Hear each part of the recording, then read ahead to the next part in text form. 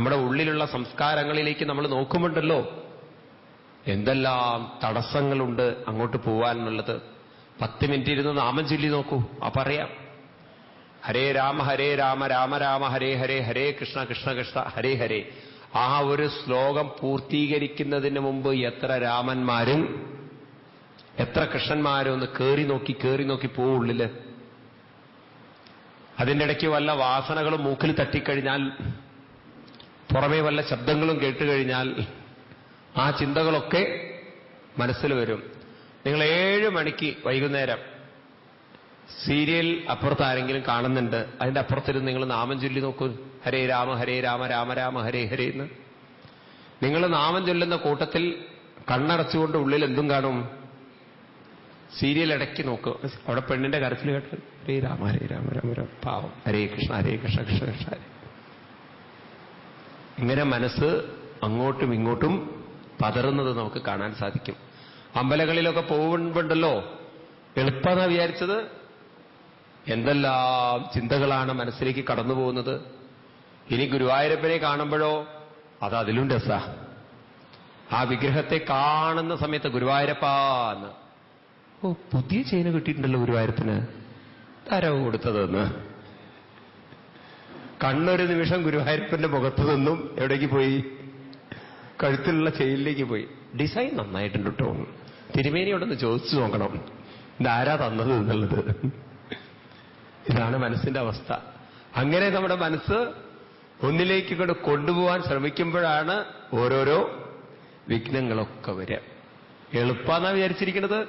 പലരും പറയും നാമകചലം വളരെ എളുപ്പമാണെന്നാണ്. ഒരു ഭാഗത്തിരുന്ന് കണ്ണടച്ച് നാമം ചൊല്ലുമ്പോഴാണ്, നാമം ചൊല്ലാൻ എളുപ്പമാണ്. പക്ഷേ മറ്റ് വിചാരങ്ങളില്ലാതെ ഏകാന്തമായി ഏകാഗ്രതയോടെ നാമം ചൊല്ലാൻ നല്ല പ്രയാസമുണ്ട്. ഉണ്ടോ ഇല്ലയോ? ചെയ്തു നോക്കുമ്പോഴേ അറിയുള്ളൂ. കാരണം അപ്പോഴാണ് രാവണന്റെ ശക്തി നമ്മൾ തിരിച്ചറിയുക. രാമനേക്കാളും ശക്തി രാവണനുണ്ട് എന്നുള്ളത് പിടിച്ചു വയ്ക്കും. പിന്നെ ചിലർക്കാണെങ്കിൽ കണ്ണടയ്ക്കുമ്പോൾ പേടി വരും, കാരണം വല്ലവരും പിടിച്ചുകൊണ്ടുപോയാലോ എന്ന്. ചിലർക്ക് കണ്ണടച്ചിരിക്കാൻ വലിയ പേടിയാ. കണ്ണടച്ച് നാമം ചൊല്ലാൻ പറഞ്ഞാൽ നാരായണ നാരായണ നാരായണ ഒറ്റക്കണ്ണെങ്കിലും സംഭവിക്കുവര്. കണ്ണടച്ചാൽ വല്ലതും സംഭവിക്കൂ എന്നുള്ള പേടി. എന്തെല്ലാം പ്രശ്നങ്ങളുണ്ട്. നിങ്ങൾക്ക് എളുപ്പമായിട്ട് തോന്നുന്നുണ്ടോ ഇത്? അതുകൊണ്ടായിരിക്കാം പറഞ്ഞത്, ആധ്യാത്മികതയിലേക്കുള്ള യാത്ര എന്ന് പറയുന്നത് കുറച്ച് ദുർഘടം പിടിച്ച യാത്രയാണ്. കുറച്ചൊക്കെ നമ്മൾ നല്ലവണ്ണം അതിനുവേണ്ടി കഠിനമായി തന്നെ പ്രയത്നം ചെയ്യേണ്ടതുണ്ട്. അതുകൊണ്ടാണ് എല്ലാവരും എണീക്കുന്നതിന് മുമ്പ് എണീക്കണം എന്ന് പറയുന്നത്. അത്രയും വേണ്ടാത്ത ചിന്തകൾ വരില്ല. രാവിലെ എണീറ്റ് ധ്യാനാദികൾ ചെയ്യാൻ പറയുന്നത്. കാരണം രാവിലെ ആകുമ്പം വേണ്ടാത്ത ചിന്തകളൊക്കെ ഇത്തിരി കുറയും. മറ്റ് ചിന്തകളൊക്കെ കുറച്ച് കഴിഞ്ഞിട്ടേ വരുള്ളൂ. കുട്ടികളുടെ ചിന്തയും വീട്ടിലെ ചിന്തയും. രാവിലെ ഒരു എല്ലാവരും എണീക്കുന്ന സമയത്ത് നാമം ചൊല്ലുന്ന സമയത്തുണ്ടല്ലോ, ചായയുടെ വാസന കൊണ്ടാവും നാമം ചൊല്ലുക. കാരണം കാപ്പിയൊക്കെ കഴിച്ച് ശീലിച്ച് അങ്ങനെയുള്ളൊരു സംസ്കാരം. ഇങ്ങനെ നമ്മുടെ ജീവിതത്തിന്റെ ആധ്യാത്മിക പുരോഗതിക്ക് സീതയെ രാമനിലേക്ക് എത്തിക്കാൻ നല്ലവണ്ണം തടസ്സമുണ്ട്. അന്തരാത്മാവായ രാമൻ കരഞ്ഞുകൊണ്ട് ചോദിക്കുന്നുണ്ട്, എന്റെ പ്രാണസഖിയായ സീത എവിടെ? അന്തരാത്മാവായ ജീവൻ ചോദിക്കുന്നുണ്ട്, എന്റെ പ്രിയങ്കരിയായ മനസ്സ് എവിടെ പോയി എന്ന് ചോദിക്കുന്നുണ്ട്. അപ്പൊ നമ്മുടെ ഉള്ളിലിരുന്ന് ഇപ്പോഴും ഒരാൾ സീതാന്വേഷണം ചെയ്യുന്നുണ്ട്. ആര്? നമ്മുടെ ഓരോരുത്തരുടെയും ആത്മാവ് തന്നെ സീതാന്വേഷണം ചെയ്തുകൊണ്ടിരിക്കുന്നുണ്ട് എന്ന് പറയണം. ഇത് ശരിക്കും നമ്മൾ തിരിച്ചറിയണേ. അപ്പൊ സീതാന്വേഷണം അന്ന് നടന്നതല്ല, ഇപ്പോഴും നടന്നുകൊണ്ടിരിക്കുകയാണ്. എത്ര കാലം സീതാന്വേഷണം നടക്കും?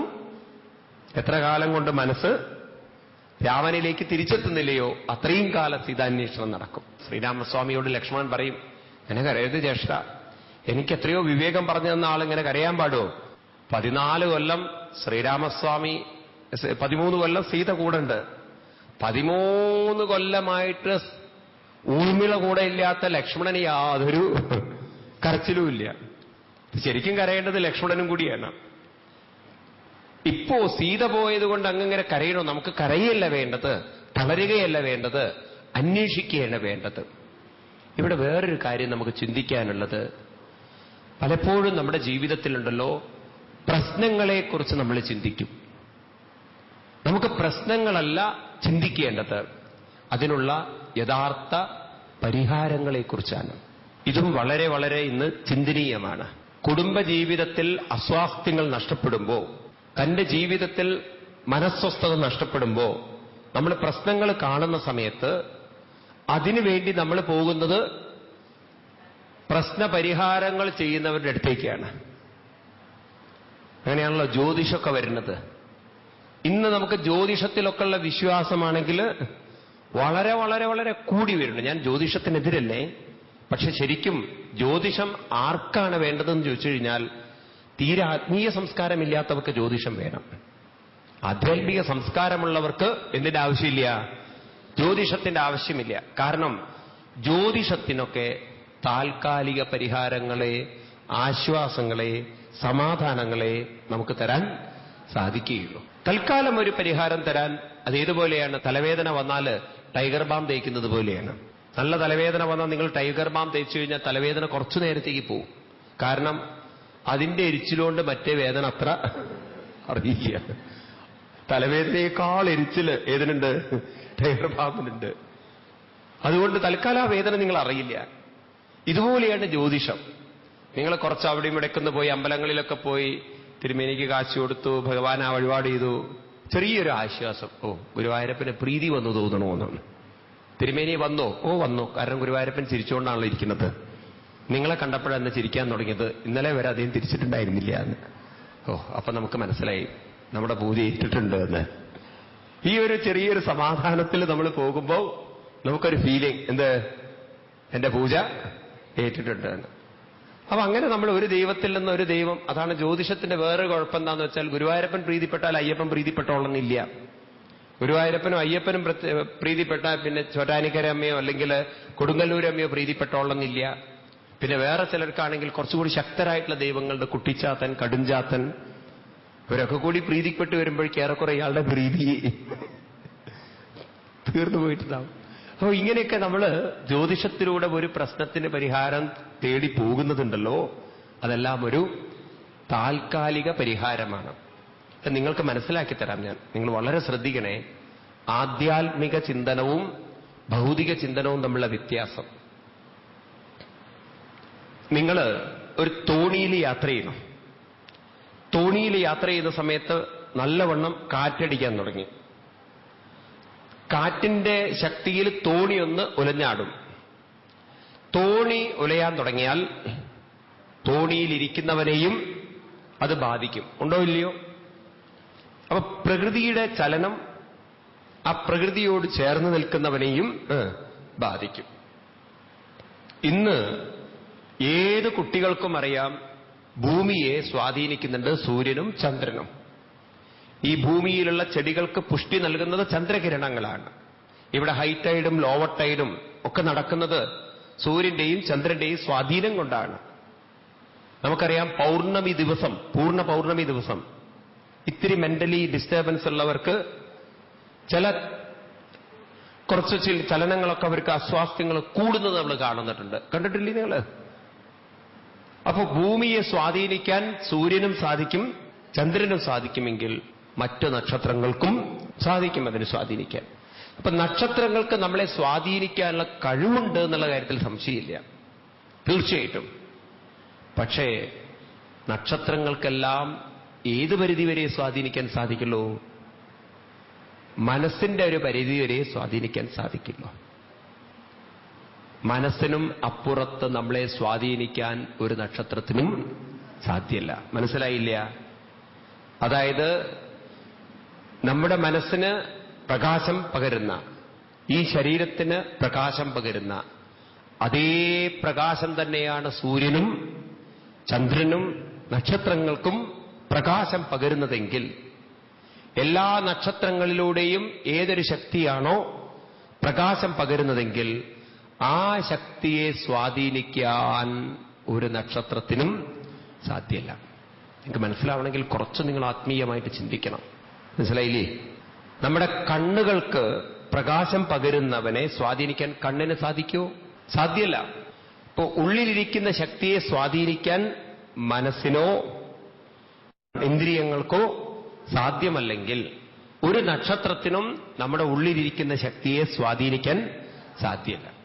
അങ്ങനെയാണെങ്കിൽ ആ ശക്തിയാണ് നമ്മൾ ഈശ്വരൻ എന്ന് വിളിക്കുന്നതെങ്കിൽ എല്ലാ നക്ഷത്രങ്ങളിലൂടെയും ഏതൊരു ഈശ്വരശക്തിയാണോ പ്രവഹിക്കുന്നത്, സർവചരാചരങ്ങളിലൂടെയും അതിനെയൊക്കെ ചൈതന്യവത്താക്കുന്ന അതേ ഈശ്വരശക്തിയാണ് നമ്മുടെ ആത്മാവായി കൂടെയുള്ളതെങ്കിൽ ആ ആത്മാവിനെ സ്വാധീനിക്കാൻ ഒരു നക്ഷത്രത്തിനും സാധ്യമല്ല. പിന്നെ ഭഗവാനെ മുറുകെ പിടിച്ചാലോ, മനസ്സ് ഭഗവാനിൽ ഉറപ്പിച്ചാലോ, നിങ്ങൾ നക്ഷത്രങ്ങളെ തൃപ്തിപ്പെടുത്താൻ വേണ്ടി പോണോ, അതോ ഭഗവാനെ പിടിച്ചൊരു വ്യക്തിയെ തൊടാൻ ഒരു നക്ഷത്രത്തിനും സാധ്യമല്ല. അത്ര എളുപ്പമൊന്നും നമ്മുടെ തലയിലേക്ക് കയറില്ല. ഒരു ഉദാഹരണം പറഞ്ഞാൽ നിങ്ങൾക്ക് മനസ്സിലാവും. നിങ്ങളൊരു വീട്ടിൽ കല്യാണം ക്ഷണിക്കാൻ പോകണം. ആ വീട്ടിൽ 2-3 പട്ടികളുണ്ട്. അവർക്ക് വളർത്തു പട്ടികൾ, വലിയ വലിയ വലിയ വലിയ പട്ടികൾ. അപ്പോൾ നിങ്ങൾ കല്യാണം ക്ഷണിക്കാൻ വേണ്ടി പോവുകയാണ്. അവിടെ ചെന്നപ്പോൾ 2-3 പട്ടികളെങ്ങനെ അവർ തുറന്നു വിട്ടിട്ടുണ്ട്. ഒരാളങ്ങനെ ഗേറ്റിന്റെ മുകളിൽ അങ്ങനെ നിങ്ങളങ്ങനെ നോക്കുന്നുണ്ട്, വേറൊരാൾ നിങ്ങളെ കടിച്ചു വലിക്കാൻ വേണ്ടി നോക്കുന്നുണ്ട്, വേറൊരാൾ ഇങ്ങനെ അങ്ങനെ വിളിക്കേണ്ട അകത്തേക്ക് ഇങ്ങോട്ട് വന്നിട്ട് ശരിയാക്കി തരാന്നുള്ള രീതിയിൽ. നിങ്ങൾ ആ ഗേറ്റിന്റെ അടുത്തെത്തിയാൽ ഉറക്കം വിളിച്ചു പറയും, എന്ത് ആരെങ്കിലും ഉണ്ടോ, പട്ടിയൊന്ന് വിളിക്കൂന്ന്. അവരെ നോക്കി പറയില്ല, പട്ടിയെ നോക്കിക്കൊണ്ട് പറയും. ആ പട്ടിയൊന്ന് വിളിക്കൂന്ന് അവരെ നോക്കിക്കൊണ്ട് പറഞ്ഞാൽ അവർ വേറെ അർത്ഥെടുക്കും ചിലപ്പം. അപ്പൊ അവിടുത്തെ ആള് പറയാണ്, വീട്ടുടമസ്ഥൻ പറയാണ്, ഗൃഹനാഥൻ പറയാണ്, അവരൊന്നും ഉപദ്രവിക്കില്ല, എന്നേ അവരാരും കടിച്ചില്ല, കയറി വന്നോളൂ എന്ന്. എന്ന് പറഞ്ഞാൽ നിങ്ങളങ്ങോട്ട് കയറിച്ചില്ലോ, ഓരി വയ്ക്കാൻ കാത്തിരിക്കുക അവര്. ആരെങ്കിലും ഒന്നും ഇങ്ങോട്ട് വന്നു കഴിഞ്ഞാൽ സൗകര്യം, നിങ്ങളൊന്നും ഇങ്ങോട്ട് വരുമോ? അവര് വന്നോ. അവര് ആ വരുന്ന സമയത്ത് പട്ടി അവരുടെ നേരെ ഓടും. ഗേറ്റിന്റെ അടുത്തെത്തി പിന്നെ നിങ്ങളങ്ങനെ അങ്ങനെ അങ്ങനെ കാത്തിരിക്കുക, ഏതാ സാധനം, എവിടുന്നാ വന്നത്, എന്താ വന്നത് എന്നൊക്കെ അങ്ങനെ അങ്ങനെ അങ്ങനെ കാത്തിരിക്കുകയാണത്. അപ്പൊ ആ വീട്ടിലെ അമ്മയോ അല്ലെങ്കിൽ വീട്ടിലെ ഗൃഹനാഥനോ പട്ടിയെ നോക്കിക്കൊണ്ട് തട്ടിക്കൊണ്ട് പറയണതേ, അപ്പോ തുടരുത്, നമ്മുടെ ആളാണ്, രാമു തുടരുത്, കേശു തുടരുത്, കാരണം ഇന്ന് നല്ല നല്ല പേര് പട്ടിക്കും, കുട്ടിക്കിടേണ്ട പേര് പട്ടിക്കും, പട്ടിക്കിടേണ്ട പേര് കുട്ടിക്കിടേണ്ട ഒരു ലോകത്തിലാണ് നമ്മൾ ഇരിക്കുന്നത്. തുടരുത്, പിടിച്ചു എന്നൊക്കെ പറഞ്ഞ്. അപ്പൊ അതിനോടൊക്കെ ഇങ്ങനെ ഒന്ന് അതിനെയൊക്കെ ശാന്തമാക്കിയിട്ട് നിങ്ങളോട് അകത്തേക്ക് വരുമോ, ഒന്നും കുഴപ്പമില്ല, ഇവരൊന്നും ആരും ഇതുവരെ കടിച്ചിട്ടില്ല. അപ്പൊ നിങ്ങളാണെങ്കിൽ പട്ടിയെ ഒട്ടി നടക്കുമോ, അവരെ ഒട്ടി നടക്കുമോ? പട്ടിയെ ഒട്ടി കണക്ക് തന്നെ. കഴിയുന്നത്ര നിങ്ങൾ അവരെ ഒട്ടി നടക്കും. പട്ടി ഇങ്ങനെ ചിലത് മണക്കുണ്ടാവും, ചിലത് മുഖത്തേക്ക് നോക്കുന്നുണ്ടാവും, ചിലത് പിടിച്ചു വലിക്കണമെന്ന് വിചാരിക്കുന്നുണ്ടാവും. അപ്പൊ നിങ്ങളെ നോക്കുന്ന പട്ടിയൊക്കെ തട്ടിക്കൊണ്ട് അവർ പറയും, ദേ തുടരുതപ്പോ, നമ്മുടെ ആളാണ്, തുടരുത്. അതിനൊരടിയൊക്കെ അടിക്കും, സ്നേഹത്തോടെ അടിക്കും. ക്രമേണ പട്ടിക്ക് മനസ്സിലാവും ഈ വന്ന പാർട്ടി നമ്മുടെ സ്വന്തം ആളാണ്, ഇവിടുത്തെ ആളാണെന്ന്, ഉപദ്രവിക്കേണ്ടതാണ്. അങ്ങനെ ആ ഗൃഹനാഥന്റെ കൂടെ പോകുന്നവരെ പട്ടി ഉപദ്രവിക്കാത്തതുപോലെ ഭഗവാൻ പറയണു, എനിക്ക് 27 പട്ടികളുണ്ടെന്ന്. അതാണ് നക്ഷത്രങ്ങളത്. ഈ പട്ടികളൊന്നും നിങ്ങളെ കടിക്കാതിരിക്കാൻ എന്നോടിങ്ങനെ ഒട്ടി നടന്നാൽ അവർ കുരയ്ക്കും. ചിലതിങ്ങനെ ഇങ്ങനെ പിടിച്ച് പറിക്കാനൊക്കെ നോക്കും, ചിലത് വാലാട്ടും. അങ്ങനെയൊക്കെ അവർ ചെയ്യുന്ന സമയത്ത് ഞാൻ അവരോട് പറയും, രാഹു നമ്മുടെ ആളാണ്, കേതു നമ്മുടെ ആളാണ്. ഇങ്ങനെ ഞാൻ ഓരോ പട്ടിയോടും പറയും, ശാന്തനാവൂ ശാന്തനാവൂ ശാന്തനാവൂന്ന്. ആ പട്ടികളൊന്നും നിങ്ങളെ തൊടുകയില്ല. ഭഗവാൻ ഗീതയിൽ പറയുന്നതാണ്, അർജുന, എന്റെ മായയാകുന്ന ഈ ശക്തിയുണ്ടല്ലോ, കഠിനമായി ആളുകളെ ദ്രോഹിക്കാൻ ശക്തിയുള്ളതാണ്. ആരാണോ എന്നെ തന്നെ മുറുകെ പിടിക്കുന്നത് അവരെ അതിനൊന്നും ഉപദ്രവിക്കാൻ സാധ്യമല്ല. ദൈവീഷാ ഗുണമയീ മമ മായാ ദുരത്യ മാമേ വൈ പ്രപദ്യന്തേ മായാമേവാം തരന്തി തേ.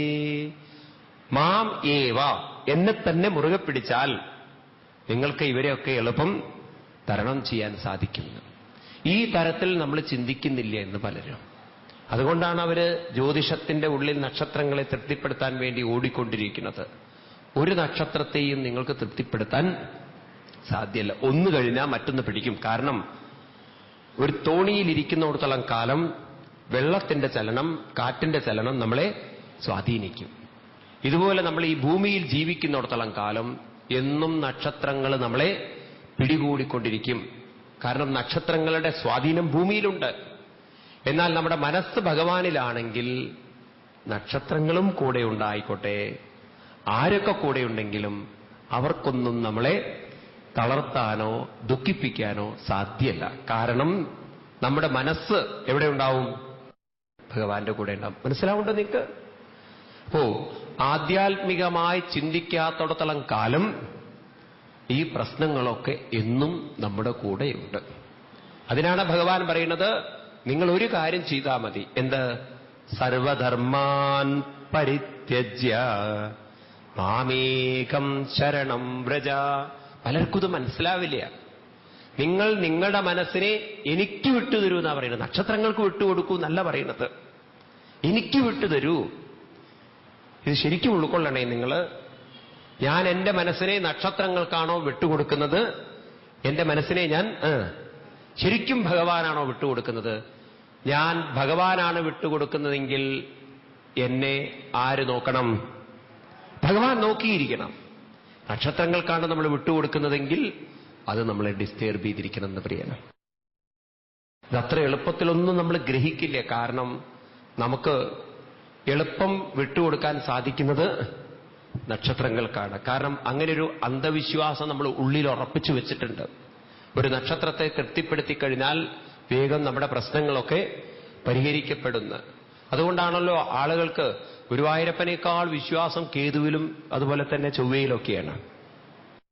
ഇന്നിപ്പോ ഗുരുവായൂരപ്പനെ തൊഴുന്നതിനേക്കാൾ തിരക്ക് ഈ നവഗ്രഹങ്ങളെ ചുറ്റാനാണ്. നവഗ്രഹങ്ങളെ ചുറ്റരുതെന്നൊന്നും ഞാൻ പറയുന്നില്ലേ, നിങ്ങളെ ശരിക്കും മനസ്സിലാക്കൂ. കാരണം അവരെയാണ് കൂടുതൽ പേടിക്കുന്നത്. നമ്മൾ ആരെയും പേടിക്കേണ്ടതില്ല. പട്ടികളൊക്കെ ഉണ്ടാവട്ടെ, എല്ലാ പട്ടികളും ഉണ്ടാവട്ടെ. നമ്മൾ ആരുടെ കൂടെ ചേർന്ന് നടന്നാൽ മതി?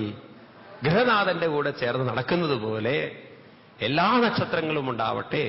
നാം എപ്പോഴും ഭഗവാന്റെ കൂടെ ചേർന്നിട്ടാണ് നടക്കുന്നതെങ്കിൽ അവർക്കൊന്നും നമ്മളെ ദ്രോഹിക്കാൻ സാധ്യല്ല. നമ്മുടെ നേരെ തിരിഞ്ഞാൽ തന്നെ ആര് മറുപടി പറഞ്ഞോളൂ?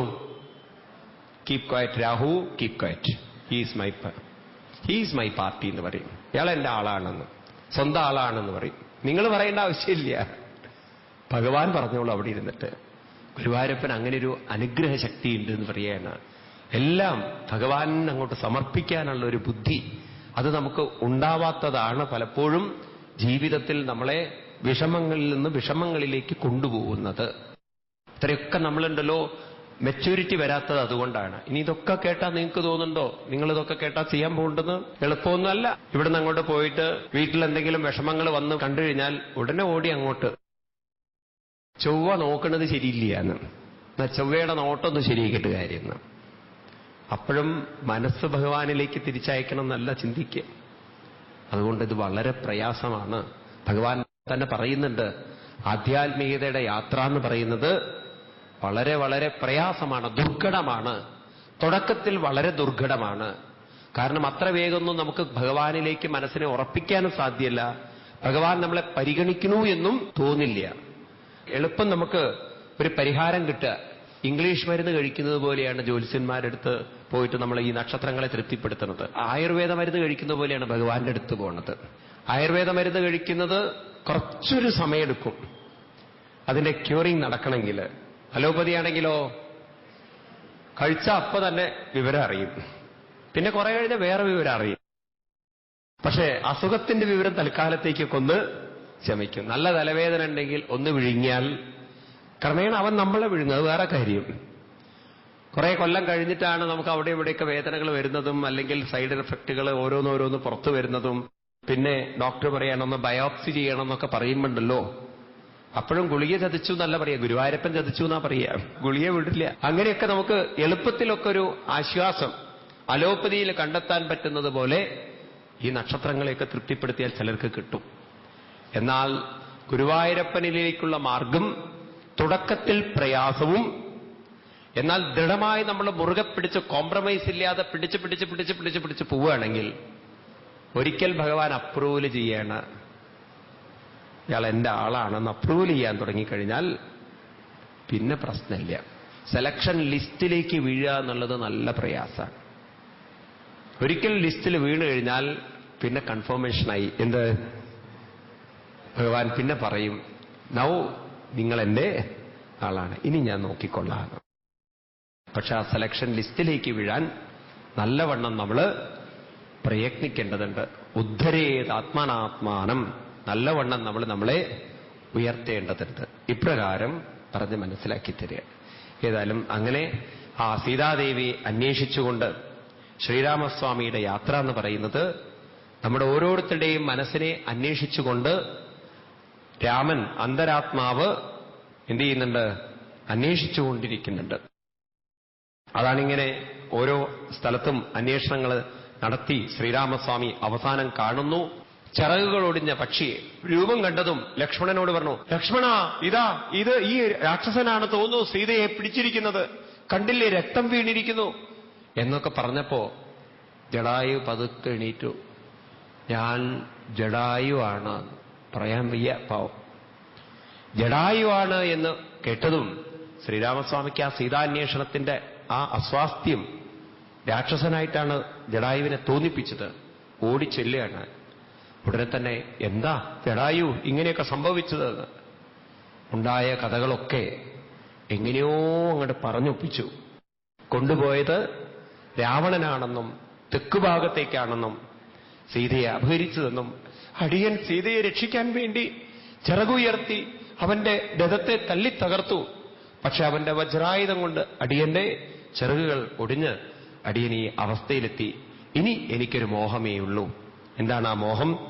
അവിടുത്തെ പാദങ്ങളിൽ എന്റെ ശിരസ് വെച്ചുകൊണ്ട് ഈ പ്രാണൻ ഉപേക്ഷിക്കണം, അതിനെന്നെ അനുഗ്രഹിക്കണം എന്ന് ഇപ്രകാരം പറഞ്ഞപ്പോ ജടായു ഗതി എന്നൊരു ഭാഗം നമ്മുടെ രാമായണത്തിലുള്ളത് വളരെ ചിന്തനീയമാണ്.